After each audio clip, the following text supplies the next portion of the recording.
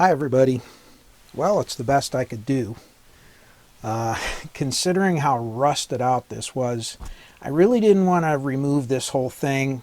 A lot of this Bakelite is cracked. I don't want to break anything. I didn't really want to disrupt the screening, silk screening on here, because I really don't have the ability to put that back how it was. So I removed all the rust as best I could and sanded it out and smoothed it as much as I could, but there was a lot of pitting. And then I used one of these oil-based paint. This isn't a paint marker like like these. This is actually the same kind of actual oil-based paint, and you can see, and that seemed to work a lot better than anything else I could have done. It still looks rough. You can still see the pitting. You can still see the smudges where I filled in the paint where the rust was sanded off and it was bare metal. But at least it's protected, and hopefully it'll keep it from rusting any further. The jumpers were missing for the main in pre-out jumper, so I had to make a set of those. The old speaker terminals were really, really bad. Inside you can see where they were tarnished and rusted, and unfortunately these would never have made good contact with the speakers.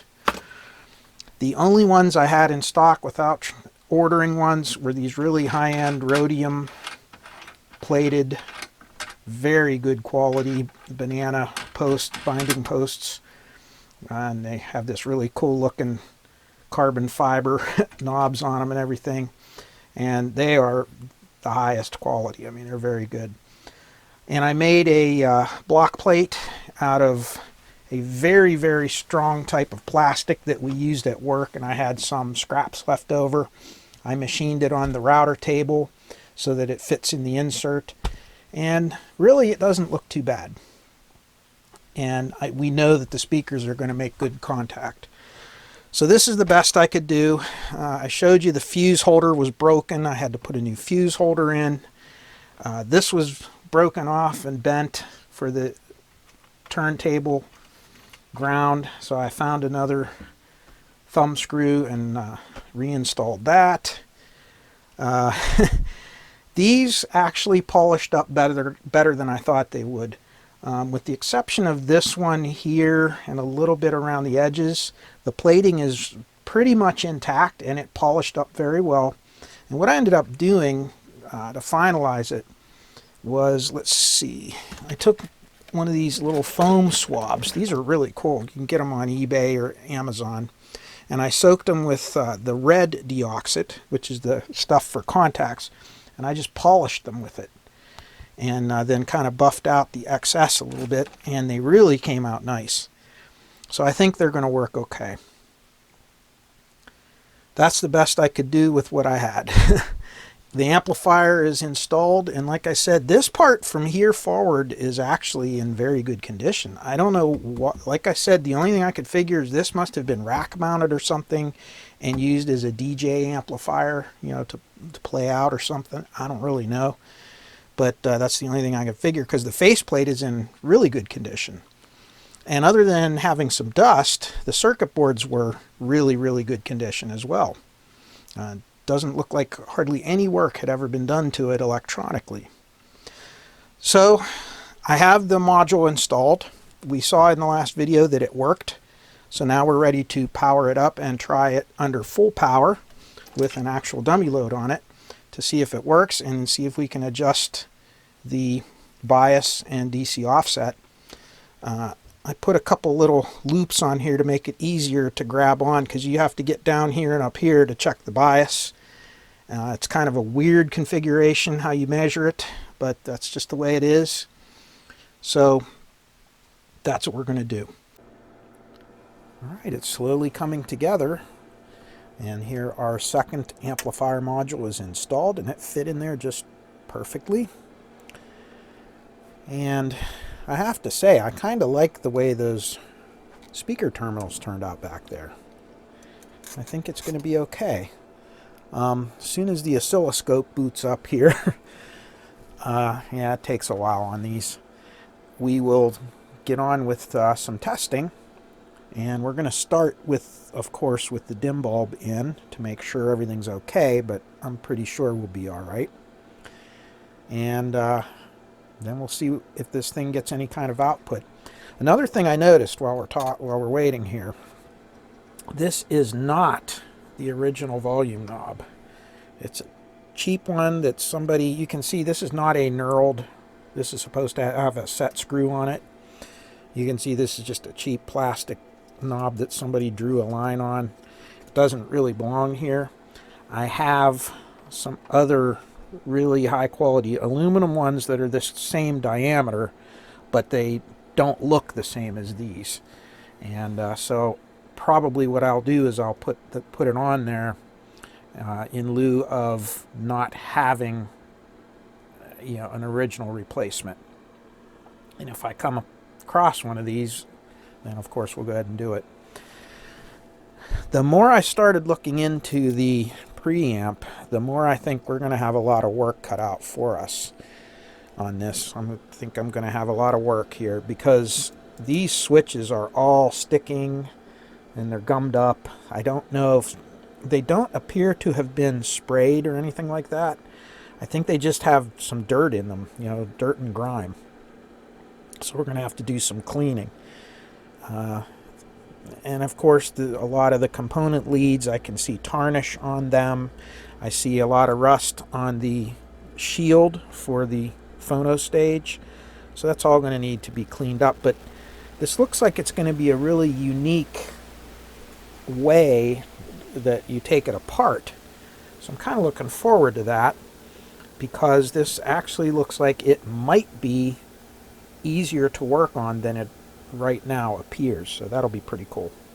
All right, we now have our oscilloscope booted up, as you can see.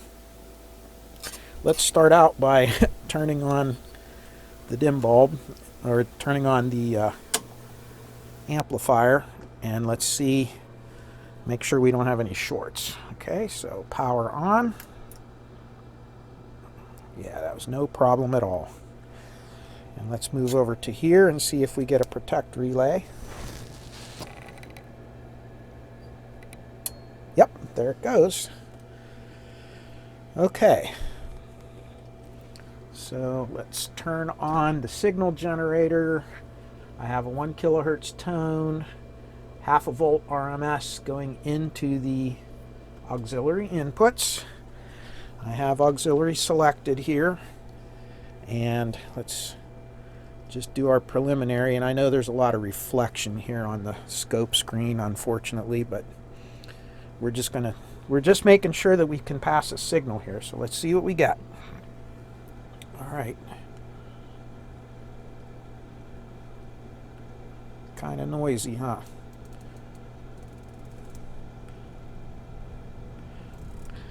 All right, so let's see here.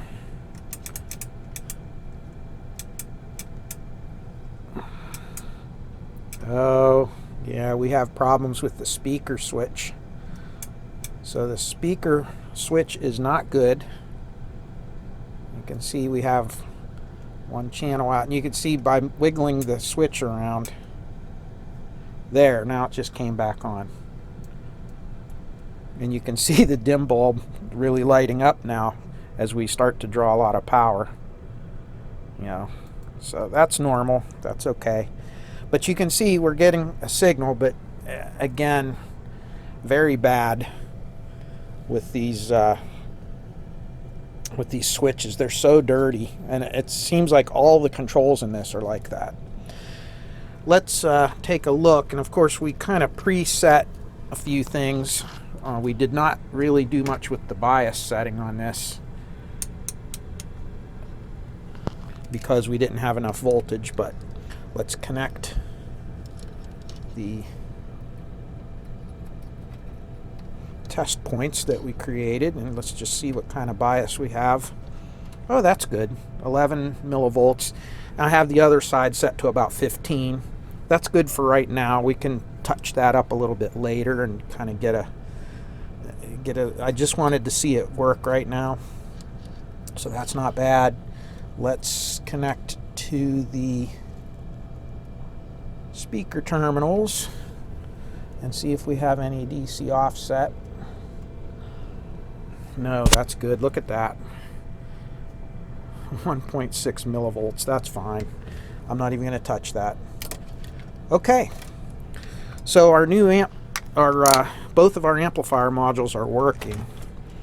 And I think it's time now to start focusing on all of these dirty gummed up controls and switches and kind of start getting this thing apart. So I'm going to shut the power off. I'm going to shut the oscilloscope off so we don't have all these fans making all this background noise. It's enough we got the furnace going here. But I'm good. I think this back part of the amp is done. We can call it done and we can start working on the front end. Okay, as we take the faceplate off, we can see that somebody added these aftermarket, like stainless steel screws, and I'm going to replace them with the correct aluminum hex head screws that go in there. Now, the thing about this amp is most of the Marantz amps that are out there have 1/4-20 sized screws for in here. These are actually M5 metric screws. They're smaller than the 1/4-20. So if you look at here's the 1/4-20s. That's the normal ones you would see in the Marantz. This is the kind that this one uses. You can see they're smaller. So that's what we're going to do. Okay, now we have to get these nuts off of here, and then the faceplate should come off, and I can store it in a safe place so it doesn't get scratched, because it's in actually very good condition, really, looking at it. So let me get that off, and we'll be right back. Okay, my lens isn't wide enough to get everything in shot here, but you can see how precarious this is to take apart. I'll kind of pan the camera a little bit around so you can see. But essentially, you take these screws out of the side, and this is supposed to kind of hinge out, but these wires are just too tight to do that properly, and you still can't get to this board if it's hinged out. All these boards can come out, and they kind of plug together. You see how this one plugs into here, and I think there's another one. This one here plugs into here, so we have to be very careful with all that.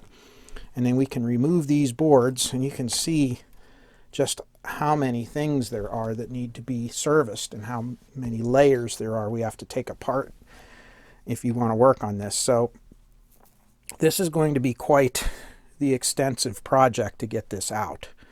And I'm only going to be able to kind of take it out partially and then replace the components and put it back in. I'm going to try to disturb this as little as possible.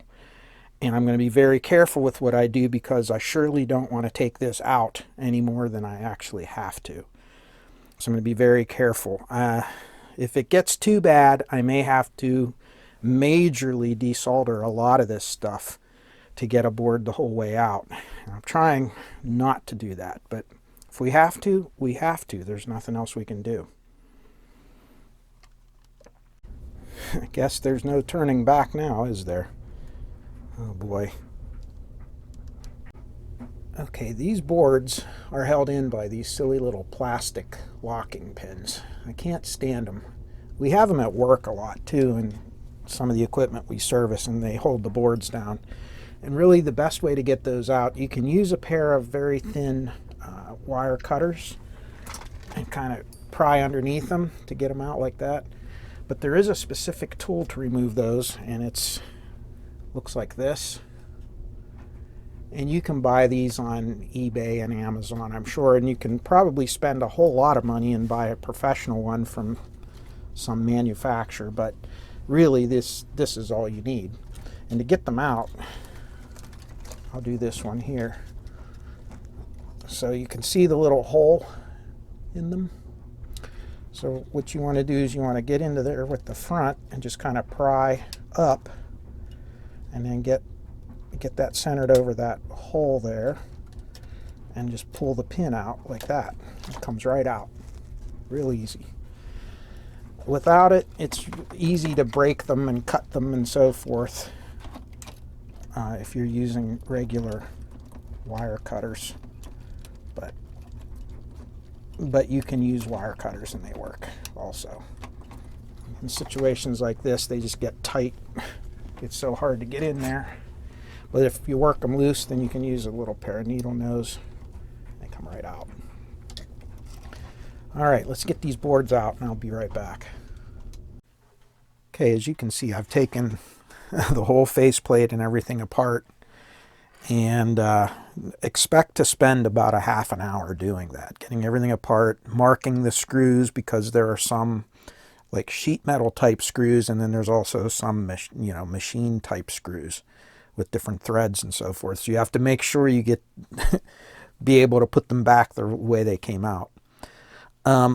This board down here, if I can unlock my camera here, this board down here was by far had the worst controls on it. These were all terribly sticking, as are the ones at the top too. I'm going to have to do those as well. And I just took my time. I took the CRC contact cleaner to begin with, and I cleaned it very well with this stuff. And this doesn't leave residue. It's quick drying. It's safe on plastics, all that. Washed it out, and of course any kind of lubrication or anything that would have been in there would have been washed out as well. And then followed it up with just a little bit of deoxit red to just coat the contacts a little bit, and worked it back and forth really well. And then I took a little bit of just a syringe, kind of like this, with some just fine oil, like a zoom spout type or turbine oil or something like that. Just something that's, not real heavy. And just went into the plastic parts here, especially where the little metal spring goes back and forth in there, that little metal piece. And I cleaned it up and lubricated it. And pretty much everything's working very well now. But that's a big job to do that, and we're going to have to do that to all the controls. That's not what we're going to focus on right now, though. What we're going to work on now is the first of the two phono boards. There are two phonograph boards in here. This one right here is for the moving magnet, and the other one is going to be for the moving coil amplifier. And I know I've had some questions about that. If you're into vinyl and into phono, you probably know what all that is. But essentially, there are three main types of cartridges for turntables. The lowest cost ones and the oldest ones are called ceramic cartridges. And they have like a little ceramic transducer. And that's what converts the mechanical energy of the stylus and the stylus arm into the electrical energy that becomes the sound. The other type is called moving magnet, which is by far the most common type you'll see today, at least in mid-grade to better grade turntables. And just as the name may imply, it means that the magnet moves inside the coil to make the sound. And then the other type is called moving coil, and those are usually reserved for a little bit higher end systems and so forth. And the coil actually moves over the magnet. And there are some big differences between the moving magnet and moving coil. And the greatest difference is their output. A moving coil cartridge has a lot lower output, so it needs an extra stage of amplification from a preamp for just the standard moving magnet.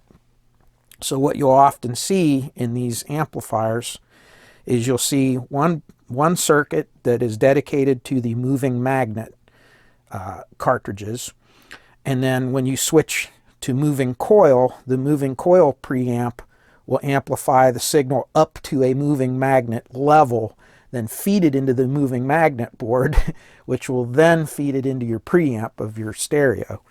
So that's how that all works. But this right here is the moving magnet board. It does use a little tiny relay to switch in and out the phono stage.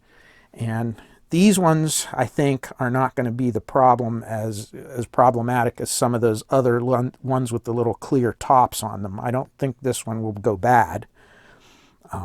There's no real voltage going through them. It's very low energy, I should say. You know, it's not going to, no high current, so you're not going to be burning up the contacts. And it's a sealed relay. So as long as nothing goes wrong mechanically inside, it should be okay. And you can see we have more of these 2SD717s and the 2SD757s and 2SB717s. And they should be okay. Main thing we're going to do is recap it. And as you notice, the electrolytics, there's only a few of them on the board. So we'll replace those. Any of these, they all have to do with the RIAA curve or the equalization curve. And we really don't want to change those unless they physically break or something like that, because that will affect that curve. And those normally, these are foil capacitors. They normally don't go bad, although they can. Very rarely will you see them go bad. So we're going to just go through there. I do see a couple places where we have some burned up resistors. So we'll have to address that. So if you look right here, let me turn this down a little bit. There's a burned up resistor here, and both of these are somewhat cooked. Focus. See, one there and one there. And so we'll have to go through all that. And of course, we'll have to check these transistors because of that. And if I find that, it's because of a leaky transistor, then we'll have to go through and replace transistors. See, these are other little things that makes me think that this was used as a DJ amplifier, because the ground terminal for the turntable for the Phono on the back was very badly damaged. You can see it had been screwed in and out a million times. The connectors for the Phono, the plating was worn down on the RCA jacks. Again, burned up components on the Phono stage, which could just be age, but who knows what they did, connected to it and things. I think this amplifier was used for DJing at some point in its life. I don't know when or, whatever, but it sure seems that way. I don't know if I'm going to be able to get this to do this on camera, but here is one of those 2SB717s, which is a PNP. And from base to collector, it's okay. It's very solid. Base to emitter, while you're sitting here, it'll just go down to almost like a short. It was just doing it a second ago, and it's not my leads. It's not that I'm not making a good connection. It'll just sit there and go into a short. It's not doing it now, of course, because I'm on camera, but even with this meter, it was breaking down. So, and this resistor right here, I believe it's supposed to be like a 47 ohm or something like that. It's open. This one is reading. It's a little bit high, but it's burned up as well. And you can see it's pretty badly damaged. These two, although they're charred really bad, they're both reading almost 68 ohms, and these ones are dead on 68 ohms. So these transistors are bad, and I will need to replace them, and I'm probably going to have to test this relay somehow to make sure it's good. And if it's bad, we're going to have a really hard time finding a replacement relay for this because of the pinout of it. All these Fujitsu relays used back in this era, not just Marantz, but everybody, they're getting very difficult to find proper replacements without rewiring things or repinning things or making adapters. It's always a pain in the butt. So this Phono board on the surface looks good, but it really is going to need a little more attention than just replacing the capacitors. I was hoping we'd just throw some caps in here and we'd be good to go, but unfortunately that's not the case. And I haven't even looked at the other boards, but I have a suspicion we're going to find this everywhere in this preamp section on the front end. So our work is cut out for us. Okay, looking at the schematic, you can see on J402, pins 5 and 6 are the coil for the relay. And you can see pin 6 is the positive and pin 5 is the negative. So if I apply 24 volts DC with heavily current limit, I'm only going to allow maybe 20 milliamps maximum before the power supply goes into crowbar. That way, if something's wrong, if something's shorted, we're not going to damage anything. And that should pull this relay in, and I should be able to read across these contacts, and I should read, 0 ohms. So with no voltage applied, I should see an open circuit across those contacts. So the first set of contacts is from here to here, and there's nothing, and from here to here, and there's nothing. Now if I go and I connect this here, I don't hear any click, I noticed. So I don't know if the relay's pulling in or if it's just quiet. But if I go from here to here, let's see. Oh yeah, see that? That's just the reading the resistance of the test leads. And this one, good. Hope my head isn't in the way. Right in front of the camera here, you can probably see in my head. Perfect. So the relay is working. I don't know. I'll have to see if if my head's in the way, sorry about it. But I just noticed I was like leaning right in front of the camera to get in there. But the good news is this relay is good. So I'm very happy with that. Okay, now let's go through and look at the components. We're going to need to replace these output, or these resistors right here, and those are R449 and R450. Okay, well, there's 450 and there's 449. And you can see those are coming directly from your B plus and B minus lines. So the reason those have overheated and burned up is because probably some of these transistors are shorting out, or a capacitor has shorted. But I can tell you that I saw that intermittent on one of these transistors, and I haven't tested the rest of them yet, but I think these output transistors here are bad. So they're going to need to be replaced before we do anything, as well as the resistors. We also see damage to our 425 and 423. Let's look those up. Okay, R423 is this one right here, which is a 68 ohm, and R425 is a 68 ohm. Now those big transistors on the heat sinks are these guys right here, so I have this overheating, and look what's in line there is that bias spreading diode, or whatever you want to call it, a stabistor, or whatever you want to call it. So those may be going bad. This is turning into more and more of a mess as we go along. So we'll check these transistors and things around here as well. Let's see if I can do this without getting into the camera. That's good. That's good. I'm reading. And I don't know if that's leakage or if that's other components in the circuit. We don't know, really.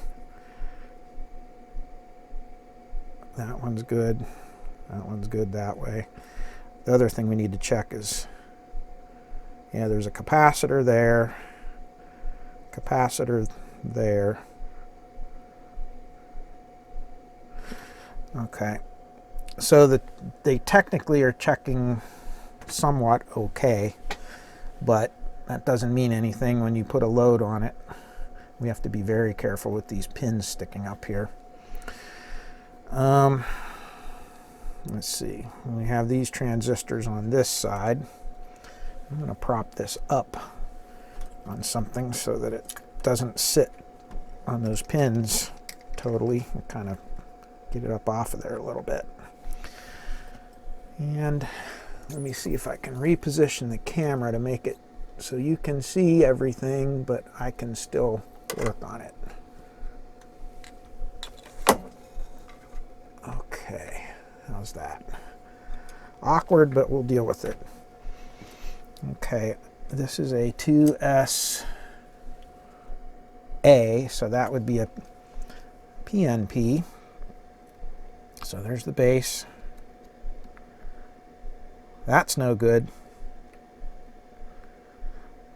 Okay, let's compare that with the other side. Yeah, bad transistor. So this is what I'm suspecting, is that we're going to have, this is the NPN side here, probably going to have all kinds of weird problems.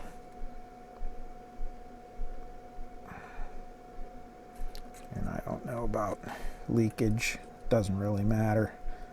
You replace when you got one in a pair that goes bad, you always replace them all. So we're going to have to kind of wholesale replace these. Now I don't know about the very front end. I'm hoping we don't have to, because if you notice, we have matched pairs of JFETs, matched pairs of NPN transistors. This is for your differential pair and your current sources and all that, and I really don't want to get into that. Hopefully they're all good. These are going to be running, you know, a lot lower current, lower voltage. They're a little bit more isolated from things, but again, till we power it up and test it, we're just not going to know. The good thing is it only requires a plus and minus, what, 29 volts or something? So I can get just about that much voltage out of my power supply, my bench power supply, and we can power this thing up and test it on the bench before putting everything together. Okay, the parts have all been replaced. These right here got replaced with KSC 3503 and KSA 1381s. And again, they're very similar to the TTA and TTC 004 Toshiba transistors, just a different manufacturer. But they're a really good match for those 2SDs that came out of there and the 2SB. Replaced the capacitors, replaced all the transistors on this side, you know, from here forward. Replaced the blown resistors here and the two failed resistors here. And I can feel those are warm. This side is not warm. This side is warm. That is a hot transistor. That is a barely warm transistor. So we still have a problem in here, I think. And we're going to have to figure that out. Okay, that was painful. So after 2 days of playing whack-a-mole with transistors, I finally got this thing working. And really what it came down to was a couple of things. First of all, there was a faulty 2SC 2240 transistor.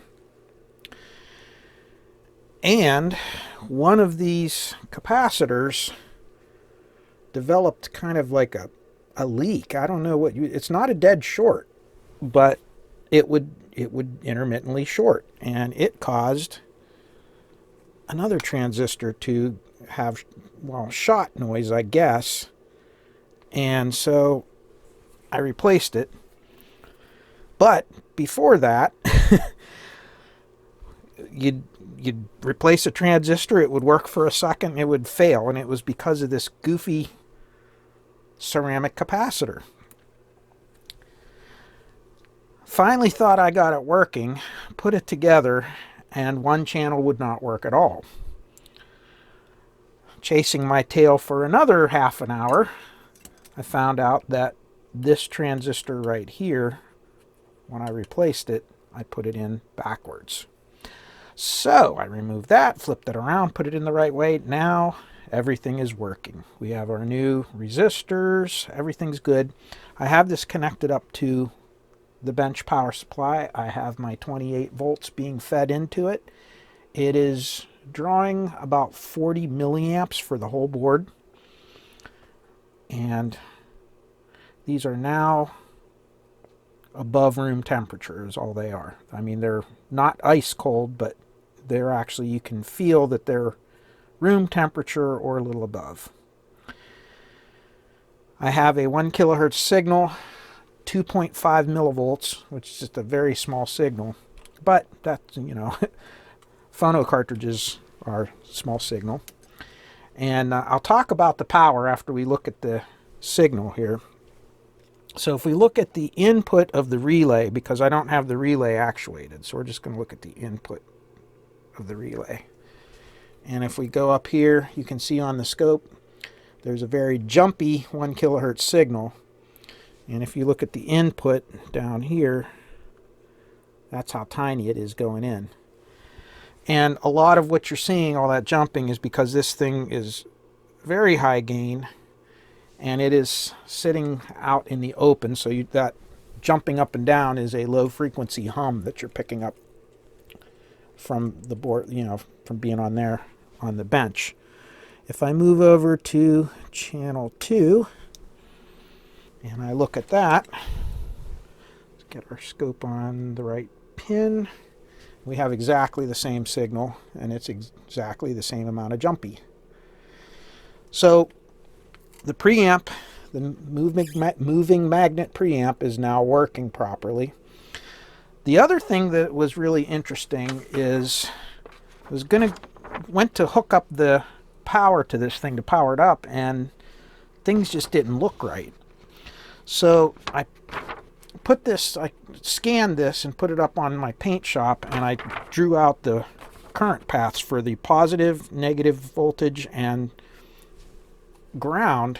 And what I came to find out was there's 2 grounds in this thing. There's this one, which is isolated, and this is the ground from the big power supply that drives the outputs and drives the power amplifier section. And it only connects to this part. The power supply ground, which is the light colored green, doesn't even come in on the same pins as the power supply comes in. But believe it or not, I don't know if I have the schematic handy that I can show you. No, I don't. Or do I? Yes, I do. This is real tiny and hard to read, but if you look, here's the ground. These are the common points for the big power amplifiers. That's these 2 here. Then you have an isolated winding here that goes into its own rectifier and feeds the regulated power supply. And that center winding, the center tap of that winding, is actually the ground for that. It's a separate ground from these grounds.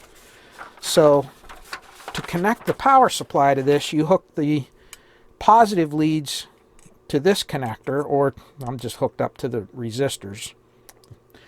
And the negative lead actually goes on this side to the input board. So you can see that. So it's very interesting how this thing is wired.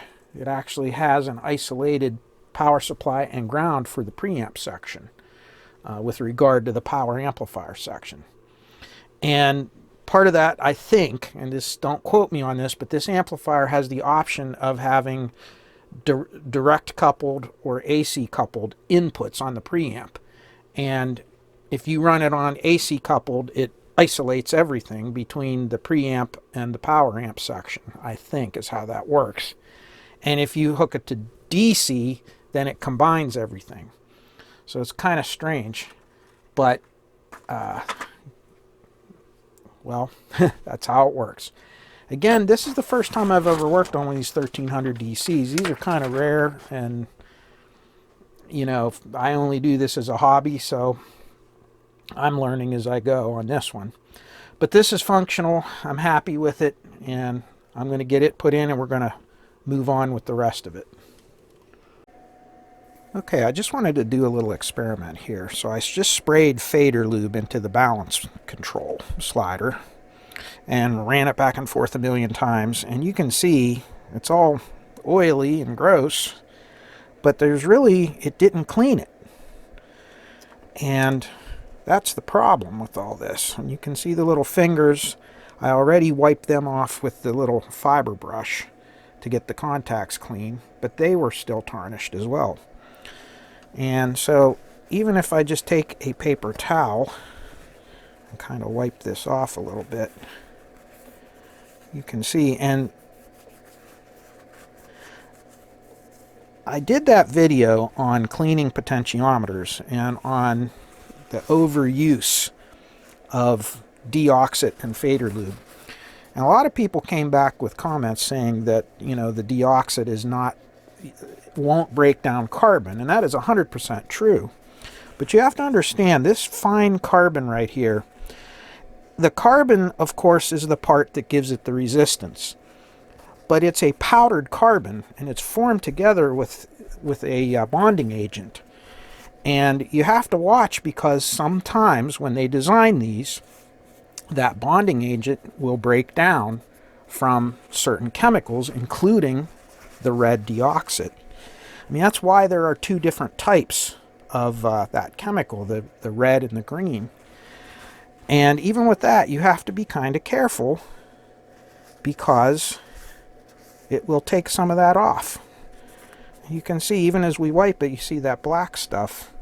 Some of that's dirt, but some of that can also be some of the material if you're not careful. But you can see, even after spraying it and wiping it down, this is not clean. Now, if I take a fiberglass brush and I wipe like this, and never on the carbon do you do this, just on the metal contacts, can you see the difference? I can. So while you can just spray these and wipe them out, you'll get most of the dirt and grime off. You will never get these properly cleaned and lubricated unless you take them apart. And it's up to you whether you want to do this or not, because obviously when you spray them, they work. I mean, you can, it reduces the static. But just know that they're not going to be 100% clean unless you do it this way. Put the microphone back on. Now, after we get these properly cleaned, and you can see how much better it looks now, we're just going to take some of this deoxit fader grease, and we're just going to put the tiniest little amount on each of these slides, and then we'll work it in with a swab or something. Just a little tiny bit is all you need.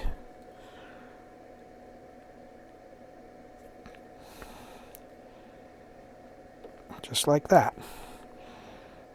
And then we'll just work that in. We don't want so much that it makes everything all, you know, absorb all the dust and the dirt and everything. So we're just going to take it like this and just rub it on there a little bit,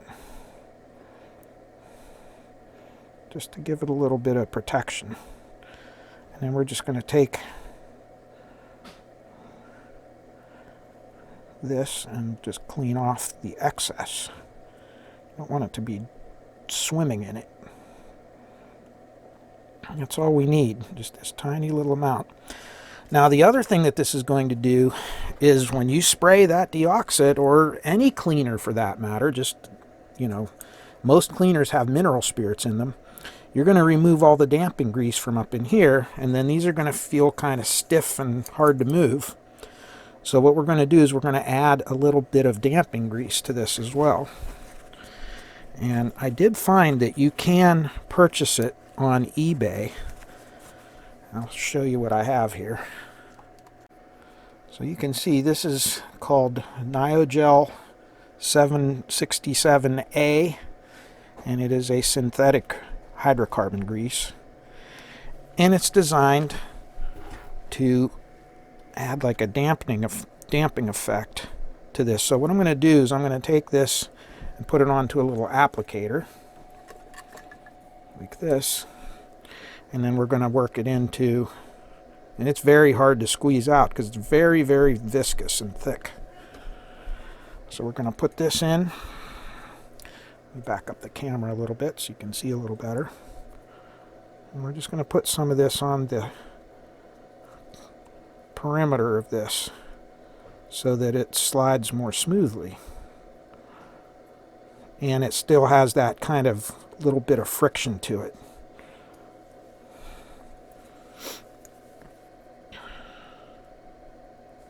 Just like so. These are things you don't have to do, because this will work just fine without this grease. But what this does is this just makes it have that original factory feel when they were brand new, where it has that little bit of resistance to it when you move it. So that's what we're putting this in there for. Then we're just going to move it back and forth, and I can actually feel it now. It's a lot tighter feeling, which is nice. It has just that kind of glide to it. All right, let's put it together and see how this all works. Okay, we're all together and moves very smoothly. So we're all set. Sometimes it's just easier to remove the board and go through the hassle of taking all the wire wrapped things off. Now, if you notice, none of the wire wrap posts are on there. I have on the desoldering gun, I have a large diameter tip that I can remove the solder from all of these pins, these little binding posts, and that'll save us from having to unwire wrap all of these, because that's kind of a pain. And although I have the wire unwrap tool, when you wind them back on, you have to solder them and all. It's just it's a hassle. It's easier for me to pop these out and then to pop them back in. And I took lots of pictures of the board, so I can refer to those photographs when putting it back together.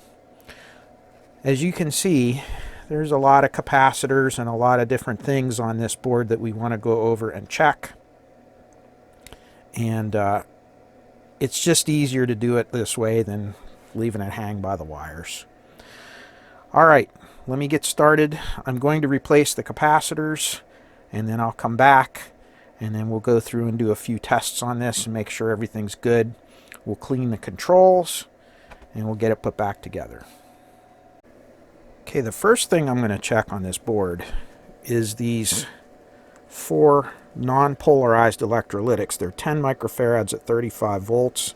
They're very good quality ELNA capacitors, and they're critical because they are the audio coupling capacitors on these stages, these 2 stages, the preamp stage and the tone amp stage. So if you look, here's the output of the preamp, and you can see it right there, and then here's the output of the tone amp. So these are directly, over here, of the tone amp.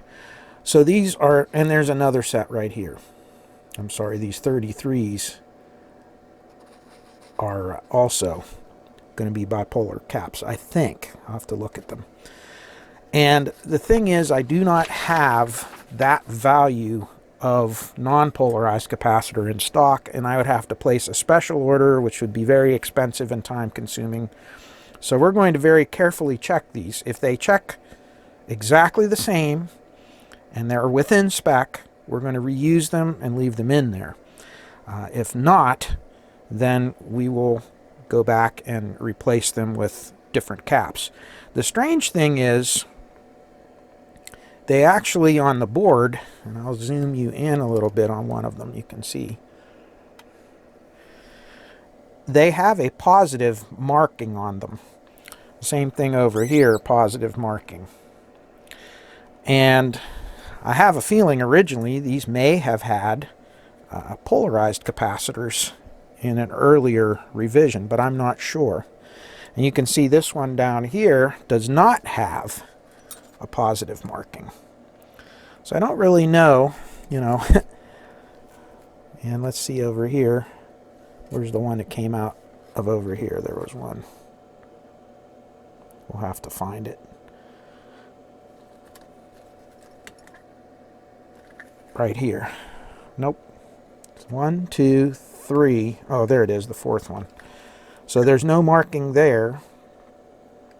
There is no positive marking on this one, but there is on this one and this one. That's kind of strange, but it's the way it is. So let's test these. Okay, we're going to use our old Hewlett-Packard 4276A, and it does a very good job on things like this. And we'll put the first capacitor on there. You can see it's right almost dead on 10 microfarads, and our ESR is 1.47 ohms. And for a 10 microfarad, that should be okay at 1 kilohertz. Let's check the next one. Okay, so same thing. Get this connected. 10 microfarads, 1.44 ohms.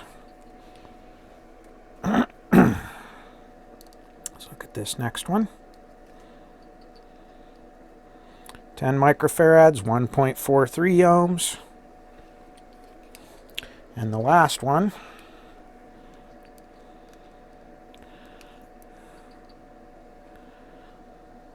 just about 10 microfarads, 1.5. This one's a wee little bit off from the other ones, but very close. So these capacitors are all good right now, and I think it's safe to reuse them. I don't think we'll have any problems. You know, if we need to, we'll place an order, but I would prefer not to do that if I don't have to, because again, I want to get this thing finished and off the bench, and unless it's really warrants that much effort, I'm not going to do it. The rest of these I think will be okay, and we can replace them.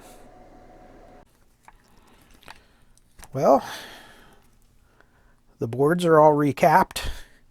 The controls have all been properly cleaned and lubricated and so forth. And even the moving coil section has been done. I even removed the shield, and there's 4 capacitors hiding under there. We took care of, cleaned all the switches using the method we showed. And now I guess the big question is, do you think we can get it back together? I don't know if I'm going to be able to or not. We'll see. So let me do my best, and hopefully we'll see you on the other side here with this thing put together.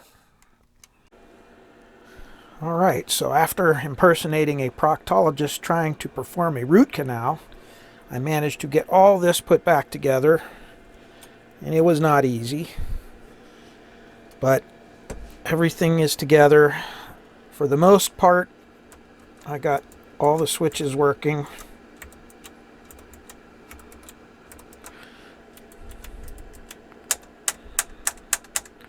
Good.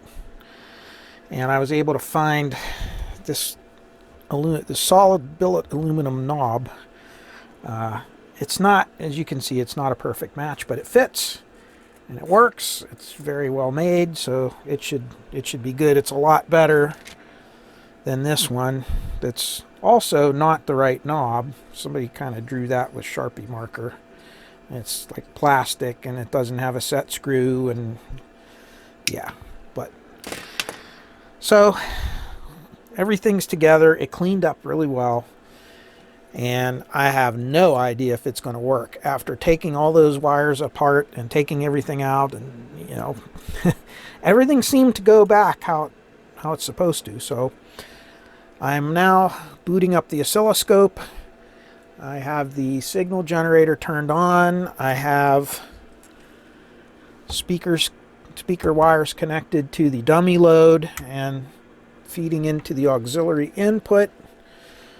And I have it on the current limiting bulb. Let's turn on the isolated power supply.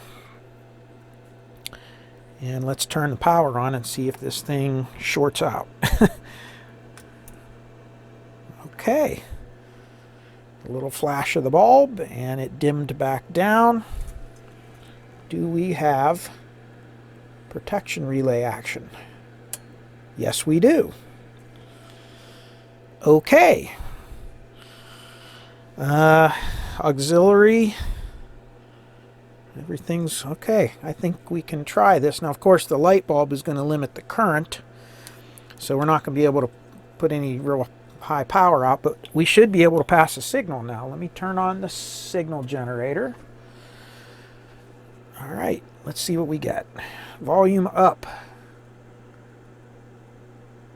Hey. Of course, the light is starting to light up as we draw current, but that looks like a pretty nice signal. Our nicely cleaned balance pot working well. Our volume pot nice and smooth. I think we have success. Okay, I'm going to run this for just a few minutes and make sure everything's okay with this dim bulb running. And if it works with the current limit, we don't have any shorts or anything, then we're going to switch to full power. So I'll be back in a minute. Okay, it's still happy, so let's go to full power. All right. And now let's see what kind of output we can get. So far, so good. Wow. 10, 20, 30, 40, 50. There's 60 watts. 70 watts. All right. So we're at 70 watts. Let's see if we can change our scale. All right. Of course, our wattage is still going to be the same there. We're going to be off scale, but very nice. There's your clipping. Clipping at about 36 volts, roughly 30. Yeah, about 36 volts it clips. Oh, and you didn't see anything, did you? I moved the camera. Here we go. 36 volts. There's about almost 37. All right.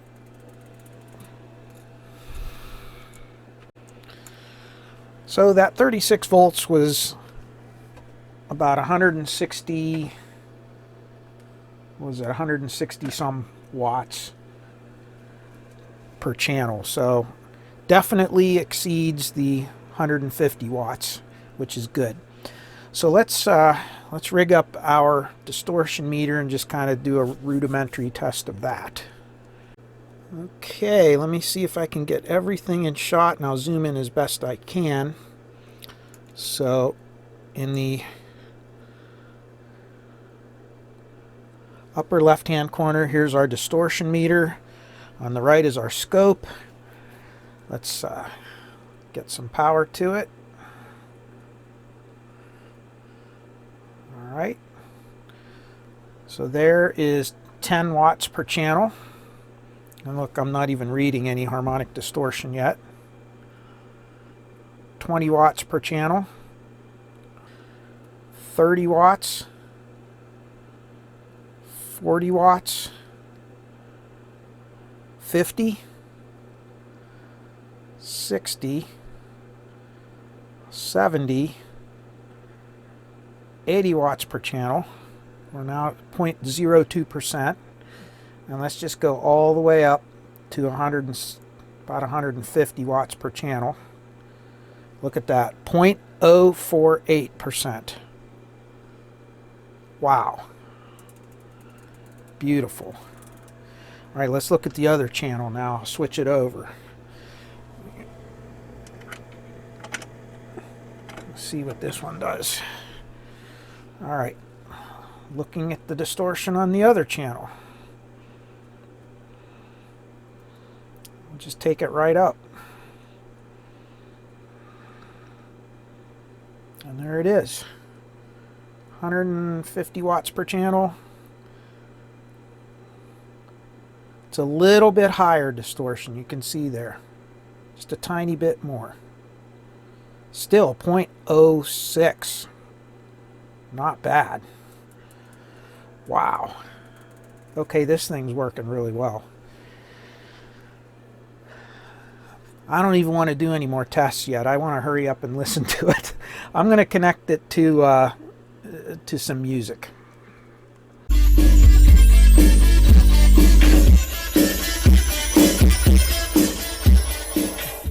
Wow. My pant legs are vibrating from the speakers. This thing has got some insane dynamic power. I mean, obviously, big transformer, big power supply. Okay, let's do our stranger danger that we like.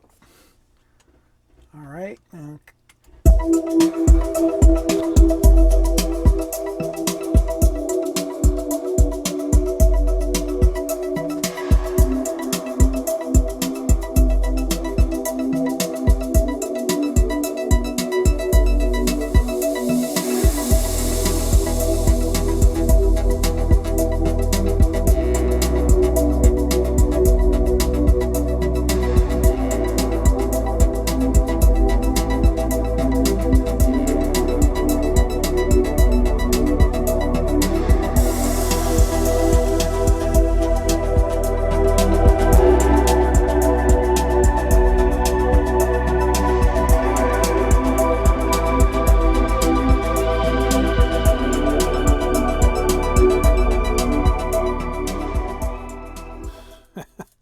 Wow. Pretty cool. Okay, so I think this thing is working. I'm not going to go through that whole test procedure like I did with the Marantz 250 because you saw me do the process on that. I'm positive this one's going to turn out just as well as that. I am going to go through the tests though off camera. But this has been on the bench for so long, I need to get it off of the bench. I have some changes I want to make to the bench, maybe, if I get time. I have other videos that I'm planning to do here. So I'm going to call this one a wrap. But, well, it was a lot of fun, and I don't know what's going to happen to this amp. I know that if it goes back to the owner, it's going to be put up for sale. And I still haven't decided if I want to keep it or not and maybe sell one of my other ones in its place. But I don't know. We'll see. It does need a top cover, and that's going to be not easy to find, even though it's just a bent piece of sheet metal. Or I'll make a wooden top case for it. I don't know, but we'll see. But anyway, until then, I wish you all peace, joy, happiness, and good health in your lives, and we'll see you again real soon. Stay well, everybody. Bye-bye.